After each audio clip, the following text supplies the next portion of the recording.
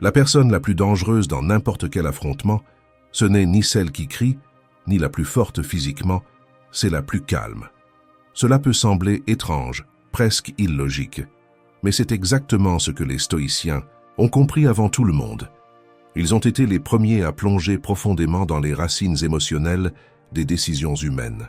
Ils ont compris que face à un conflit, celui qui perd son calme perd aussi sa lucidité, et celui qui garde un esprit serein prend l'avantage. Ils ont alors développé un système de maîtrise de soi si précis qu'il déstabilisait les adversaires. Comment affronter quelqu'un qui ne réagit pas, qui ne vacille pas, qui ne cède jamais son centre? Dans cette vidéo, tu vas découvrir les 8 principes que les premiers stoïciens utilisaient pour rester calme même sous une pression extrême. Et comment ces mêmes principes peuvent transformer ta manière de gérer les chocs du quotidien, des disputes animées, au travail jusqu'aux crises personnelles qui exigent plus de tête que de force, car au fond, celui qui contrôle son esprit maîtrise tout ce qui l'entoure. 1. Distance émotionnelle. Quand quelqu'un te provoque, élève la voix ou devient agressif, que se passe-t-il en toi? Ton corps se fige, ta poitrine se serre, ton sang s'échauffe. En quelques secondes, tu cesses d'être toi-même et tu deviens une réaction. La colère prend le volant et avant même que tu ne t'en rendes compte, tu es déjà au cœur de la tempête. Les stoïciens savaient ce que c'était. Ils comprenaient que dans la chaleur du moment, celui qui perd le contrôle ne perd pas seulement la raison, il se perd lui-même. C'est pourquoi le premier principe n'a rien à voir avec la force ni avec les arguments. Il s'agit d'un mouvement plus subtil, mais infiniment plus puissant. Créer une distance émotionnelle. La distance émotionnelle, ce n'est pas de la froideur, c'est de la présence. C'est lorsque tu ressens tout, mais que tu ne te laisses emporter par rien. L'émotion arrive, mais tu ne lui ouvres pas la porte, tu l'observes. C'est comme faire un pas en arrière et regarder depuis l'extérieur, au lieu d'être englouti de l'intérieur. Platon comparait cela à un nuage qui traverse le ciel. L'émotion arrive, se forme, menace d'assombrir l'horizon. Mais tu ne fais pas corps avec elle.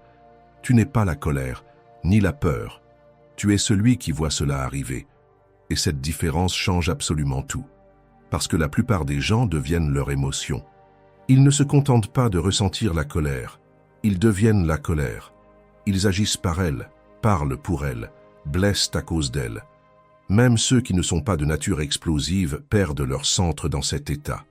Ils réagissent sous l'impulsion, disent ce qu'ils ne voulaient pas dire, prennent des décisions qu'ils regretteront plus tard. Et tout cela, simplement parce qu'ils ne savent pas préserver ce petit, mais puissant, espace intérieur. Les stoïciens faisaient autrement. Ils donnaient un nom à ce qu'ils ressentaient. Je ressens de la colère en ce moment. Rien que cela ouvrait déjà un espace. Et cet espace, c'est la liberté. Parce que lorsque tu reconnais l'émotion, elle perd le pouvoir qu'elle avait sur toi. C'est comme tirer le frein d'urgence. Tu n'effaces pas ce que tu ressens, mais tu interromps l'escalade. Et à partir de là, tu choisis. C'est cela le véritable self-control. Ce n'est pas faire semblant de ne rien ressentir. C'est ne pas laisser ce que tu ressens prendre ta place. Et plus tu t'exerces, plus cet espace grandit. Et plus ta force intérieure grandit aussi. Car contrôler ses émotions, ce n'est pas de la faiblesse, c'est de la maîtrise. Lorsque tu restes solide au cœur de la tempête, alors que tout en toi veut exploser, c'est à ce moment-là que tout bascule. Tandis que beaucoup entrent dans un affrontement par surprise en improvisant, les stoïciens faisaient l'inverse. Ils s'entraînaient à l'avance, ils se préparaient émotionnellement. Et pour cela, ils étaient rarement pris au dépourvu. Dans le prochain principe, on va approfondir encore plus cette préparation. Mais avant, dis-moi en commentaire, ça vaut déjà le coup. Si cela a déjà éveillé quelque chose en toi, laisse aussi un like et abonne-toi à la chaîne. Le voyage stoïcien ne fait que commencer. 2. Conscience anticipatrice. Combien de fois es-tu entré dans une conversation en pensant qu'elle serait tranquille et sans t'en rendre compte, tout est parti en vrille.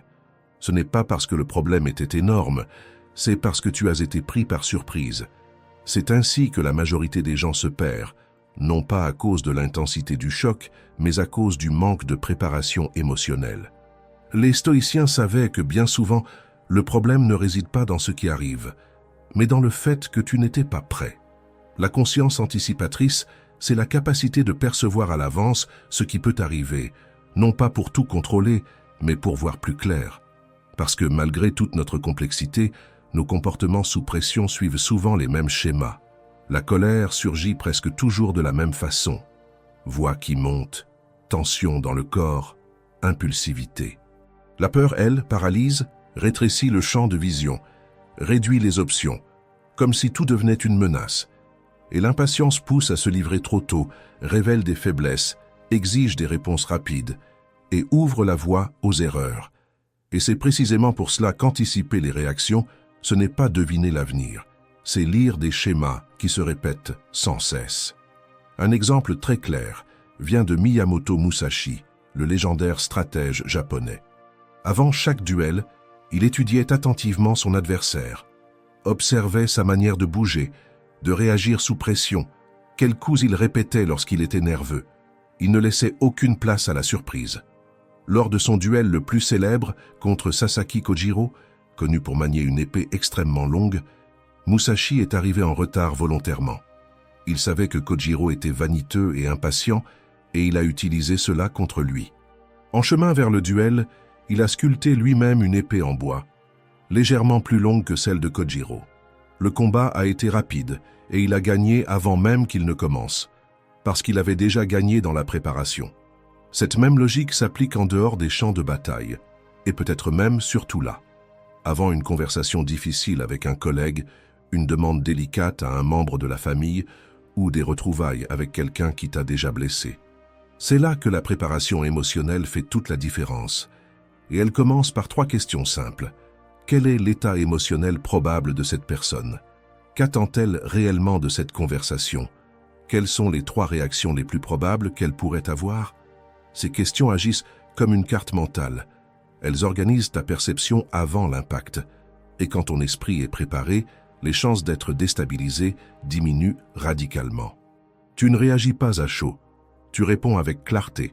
Ton corps ne se fige pas. Il s'aligne. Et cette différence entre improviser ou agir avec lucidité, c'est ce qui te garde solide, même quand la tension monte. C'est exactement ce que font les négociateurs du FBI avant de parler à un criminel ou à une personne en crise. Ils n'arrivent jamais sans préparation. Ils étudient le profil émotionnel de la personne, analysent ses comportements passés et tracent les scénarios possibles de la conversation. Le résultat, ils gardent leur calme, même lorsque tout autour semble sur le point d'exploser. Anticiper, ce n'est pas vouloir contrôler l'autre, c'est connaître le terrain avant d'y mettre les pieds. Et plus tu comprends les schémas émotionnels des autres, moins tu es surpris, et plus tu développes ton propre self-control. Parce que, dans un monde chaotique, garder son calme est l'une des formes les plus silencieuses et les plus puissantes de leadership et de maîtrise de soi. 3. Respiration stratégique. Beaucoup de gens pensent que la maîtrise de soi commence dans la tête, mais elle commence plutôt dans le corps. Et le point d'entrée le plus direct, c'est la respiration. Quand la tension prend le dessus, c'est le corps qu'il faut d'abord atteindre. Et le chemin le plus direct pour y accéder, c'est la respiration. Les stoïciens le savèrent déjà. Si tu veux garder ta raison intacte au milieu du chaos, commence par le rythme de ta respiration. Aujourd'hui, les neurosciences confirment cette sagesse. Des recherches menées à l'université de Stanford montrent que respirer lentement et profondément active le système nerveux parasympathique, responsable de la réduction du stress, du ralentissement du rythme cardiaque et de la restauration de l'équilibre émotionnel. En revanche, une respiration courte et rapide fait l'inverse. Elle déclenche l'état d'alerte, augmente la libération de cortisol et bloque la pensée claire. C'est comme si le cerveau restait coincé en mode danger, même quand la menace n'est pas réelle. C'est pour cela que, avant de réagir, tu peux faire un geste simple, t'arrêter et respirer. Inspire lentement par le nez en comptant jusqu'à 4, retiens l'air une seconde, puis expire par la bouche en comptant jusqu'à 6. Rien que ça, un seul cycle. Même une respiration consciente suffit déjà à faire baisser la tension. Si tu la répètes 2 ou 3 fois, l'effet s'étend. Ton corps ralentit, ton esprit s'éclaircit et ta réponse change. La neuroscientifique Lisa Feldman Barrett explique « Ton cerveau ne réagit pas à la réalité. Il réagit à la prévision qu'il fait de ce qui va arriver. et la respiration est l'un des moyens les plus rapides de modifier cette prévision. Autrement dit, quand tu respires avec calme, tu envoies un nouveau signal à ton corps. Tout va bien. Et grâce à cela, tout ton système se réorganise. Respirer ainsi, c'est comme appuyer sur un bouton de redémarrage interne. Tu es toujours au milieu de la confusion, mais tu n'es plus en train d'y sombrer. Imagine une personne qui a passé des années dans des relations conflictuelles, pleines de disputes qui ne finissaient jamais bien. Sans s'en rendre compte, elle a appris qu'être en désaccord équivalait à partir en guerre. Alors aujourd'hui, il suffit d'entendre un ton de voix plus fort, une critique, une remarque maladroite, et son corps passe en alerte. Le cœur s'emballe, les muscles se tendent, l'esprit se met à chercher des menaces qui n'existent peut-être même pas. Ce n'est pas le présent qui provoque cela, c'est tout le passé qui se manifeste à nouveau. Maintenant, imagine que, dans ce moment-là, elle s'arrête et respire. Rien d'autre. Au lieu de répondre sur le même ton ou de se fermer, elle crée un intervalle. Et dans cet intervalle, quelque chose change. Le corps commence à comprendre que cette situation n'est pas une vraie menace, et l'esprit cesse de réagir à ce qui a déjà eu lieu pour répondre à ce qui se passe maintenant. Cette simple respiration consciente peut être le début d'un nouveau schéma, un schéma où il y a de l'espace pour écouter, pour s'affirmer avec fermeté, mais sans se perdre dans la colère ou la peur. Cette pause, c'est ce qui te reconnecte à ta force. Parce que parfois, ce qui sépare une explosion d'un choix lucide, ce n'est qu'une respiration bien faite. 4. Action avec un but.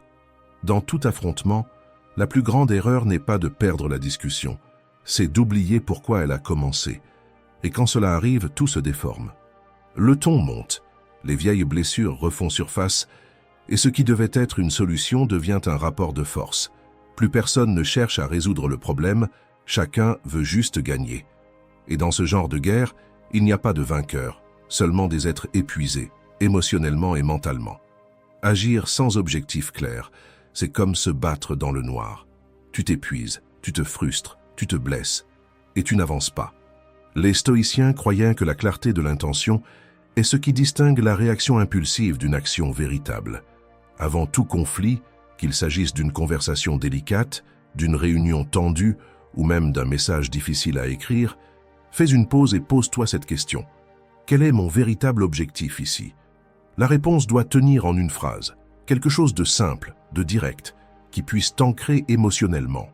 Cela peut être « je veux résoudre ce malentendu sans causer plus de douleur » ou « je veux défendre mon point de vue avec respect » ou encore « je veux protéger ma paix, même si l'autre ne comprend pas ». Ce petit geste change ta façon de conduire la conversation. Quand les émotions commenceront à monter, reviens mentalement à cette phrase, elle te rappellera ce qui compte vraiment. Et quand tu t'ancreras dans ce but, tes mots ne serviront plus ton ego blessé, mais ce que tu es venu construire. Avoir un but clair ne signifie pas être froid ou distant. Cela signifie mettre tes émotions au service de quelque chose de plus grand, au lieu de les laisser se retourner contre toi.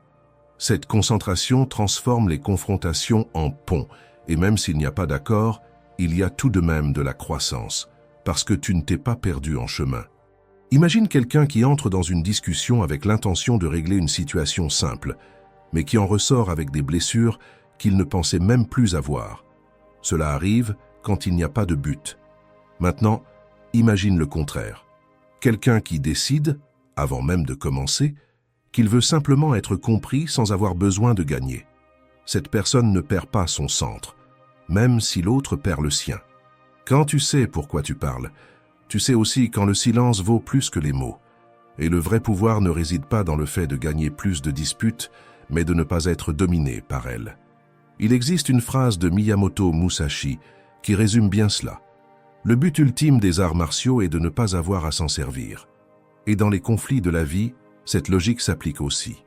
Quand ton attention est centrée sur ce qui compte vraiment, la plupart des batailles perdent leur sens avant même d'avoir commencé.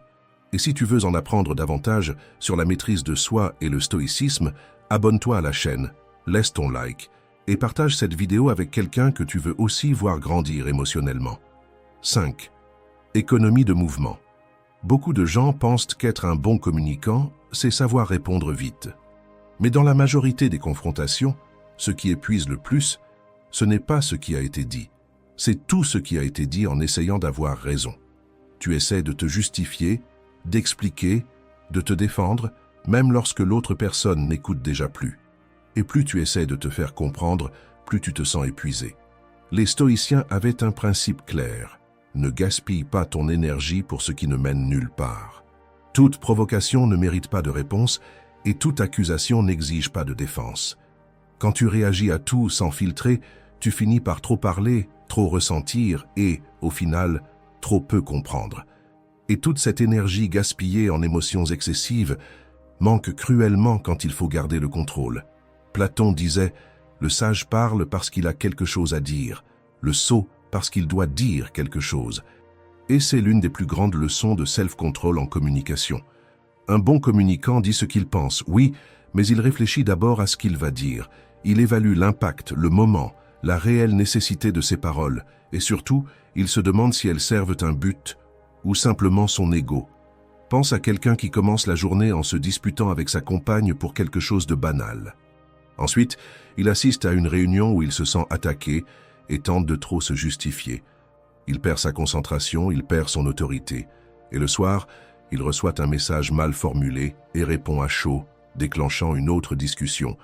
Cette personne n'a pas tort de ressentir ce qu'elle ressent. Elle est juste émotionnellement épuisée d'entrer dans chaque situation comme si c'était un combat. Maintenant, imagine que, avant chaque réponse, elle prenne une simple pause. Est-ce que cela mérite vraiment d'être dit? Ou est-ce que ça ne fera qu'aggraver les choses? Peut-être que, dans la discussion du matin, il aurait suffi d'écouter attentivement et de répondre avec légèreté. Dans la réunion, une affirmation brève et claire aurait eu plus d'impact qu'une longue explication.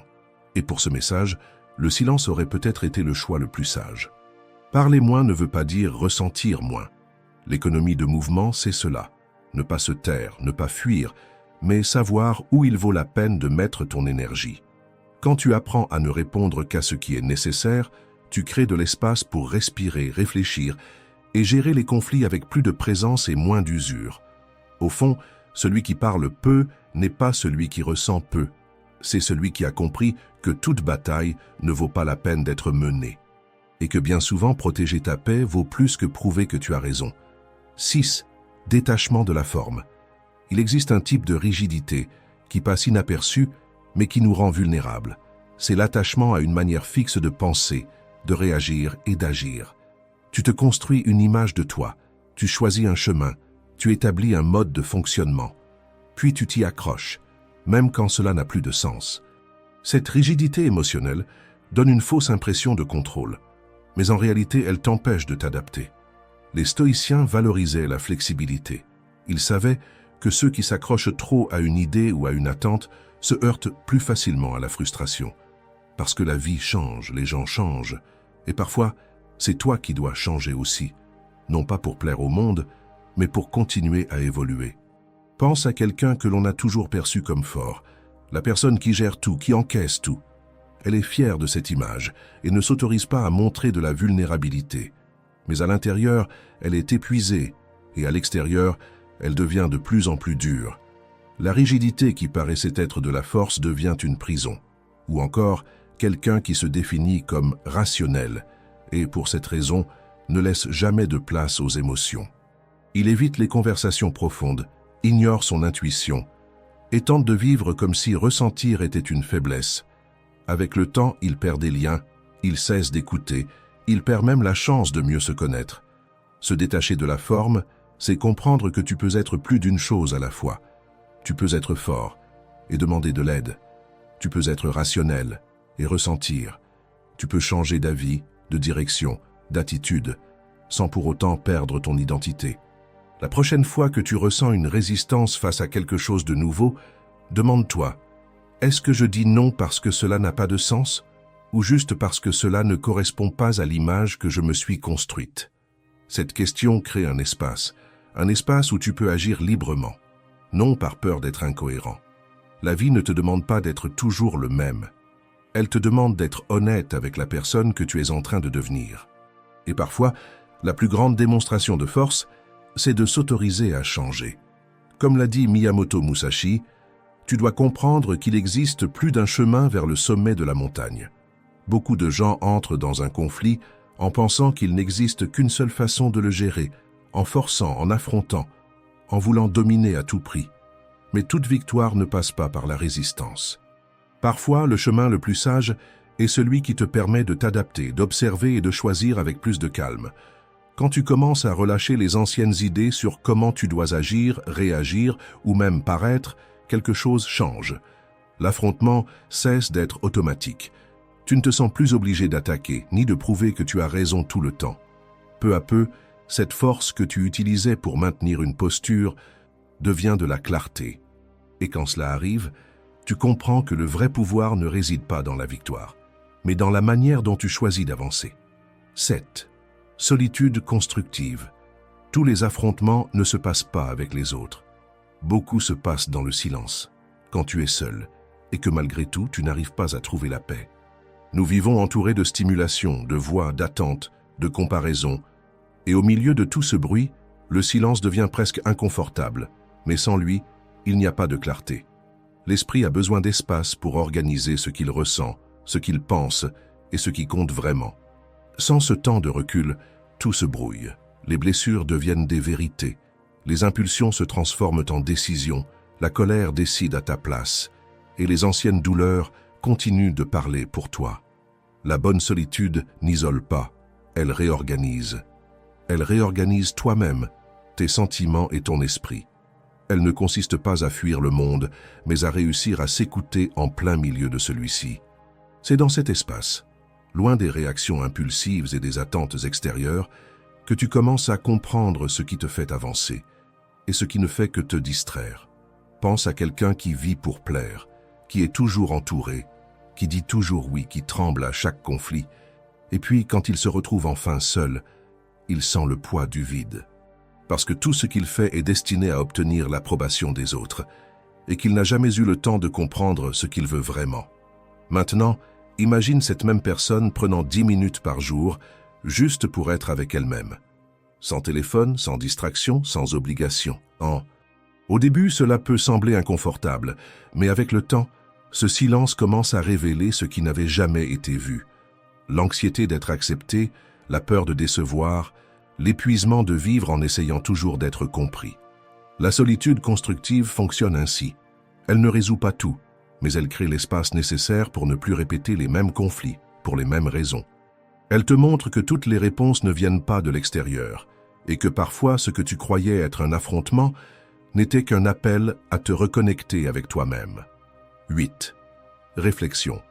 Après un affrontement, il est courant d'essayer d'oublier ce qui s'est passé le plus vite possible. On s'éloigne, on change de sujet, ou on occupe son esprit avec n'importe quelle distraction, comme si ignorer équivalait à résoudre. Mais les stoïciens suivaient une autre logique. Ils croyaient que chaque situation difficile portait en elle une occasion d'apprentissage, à condition d'être prêt à s'arrêter et à regarder avec attention.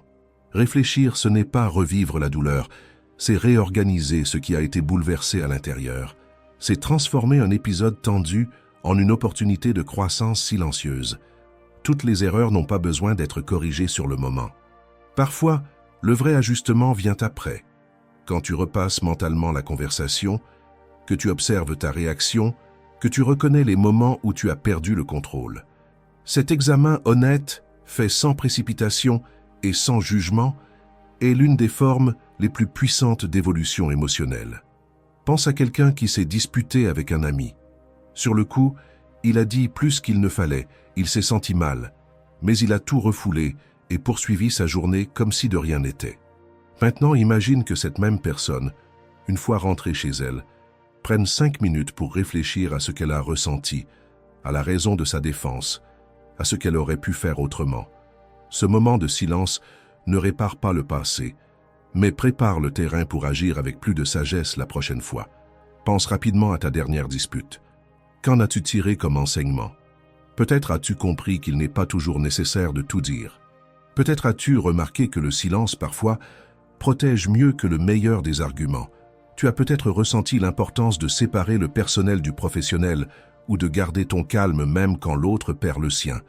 Fais cette liste mentalement et pense à la manière dont ces apprentissages peuvent éviter de retomber dans les mêmes schémas. Les stoïciens appelèrent cela un examen de conscience, une habitude simple mais puissante qui renforce ta clarté face aux situations à venir. En créant cet espace d'observation après un conflit, tu cesses d'être quelqu'un qui réagit uniquement pour devenir quelqu'un qui comprend. Tu découvriras peut-être que tu t'énerves chaque fois que tu ne te sens pas écouté ou que tu te fermes quand il faut admettre une erreur. Tu verras que ce n'est pas le ton de la conversation qui te blesse, mais une peur ancienne d'être rejeté. Et quand ces vérités remontent à la surface, quelque chose en toi s'aligne. Non pas parce que tout est résolu, mais parce que tu vois enfin ce que tu ressentais sans comprendre.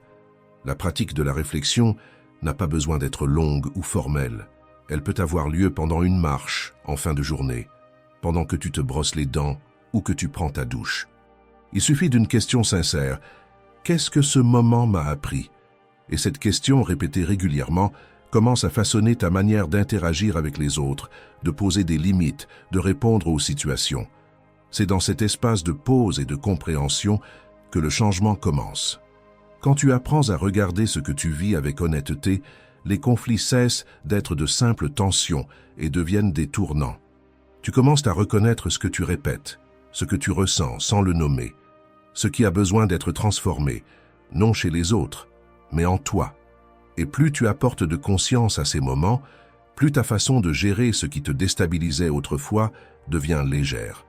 Au fond, ces 8 principes ne sont pas seulement des stratégies pour les conflits, ce sont des pratiques pour une vie plus lucide, plus centrée et plus forte de l'intérieur. Parce que quand tu apprends à te maîtriser, à t'observer, à te réguler et à agir avec intention, beaucoup de conflits perdent leur intensité et disparaissent. Ce n'est pas le monde qui a changé, c'est toi qui as appris à avancer avec plus d'équilibre à l'intérieur de lui. Et avec le temps, tu cesses d'être quelqu'un qui vit dans des guerres inutiles, pour devenir quelqu'un qui inspire la paix, même quand tout autour est en tension. Si tu es arrivé jusqu'ici, cela en dit long sur l'importance que tu accordes à ton propre cheminement, alors honore cela. Dis-moi en commentaire ce que tu as le plus appris sur la manière de garder ton calme dans un conflit. Et si ce contenu t'a aidé d'une manière ou d'une autre, abonne-toi à la chaîne. Ici, on parle de progrès personnel avec profondeur, avec calme et avec sincérité, parce que la maîtrise de soi, ce n'est pas seulement réagir moins, c'est vivre mieux. Merci d'avoir été là, et à très bientôt pour une prochaine vidéo.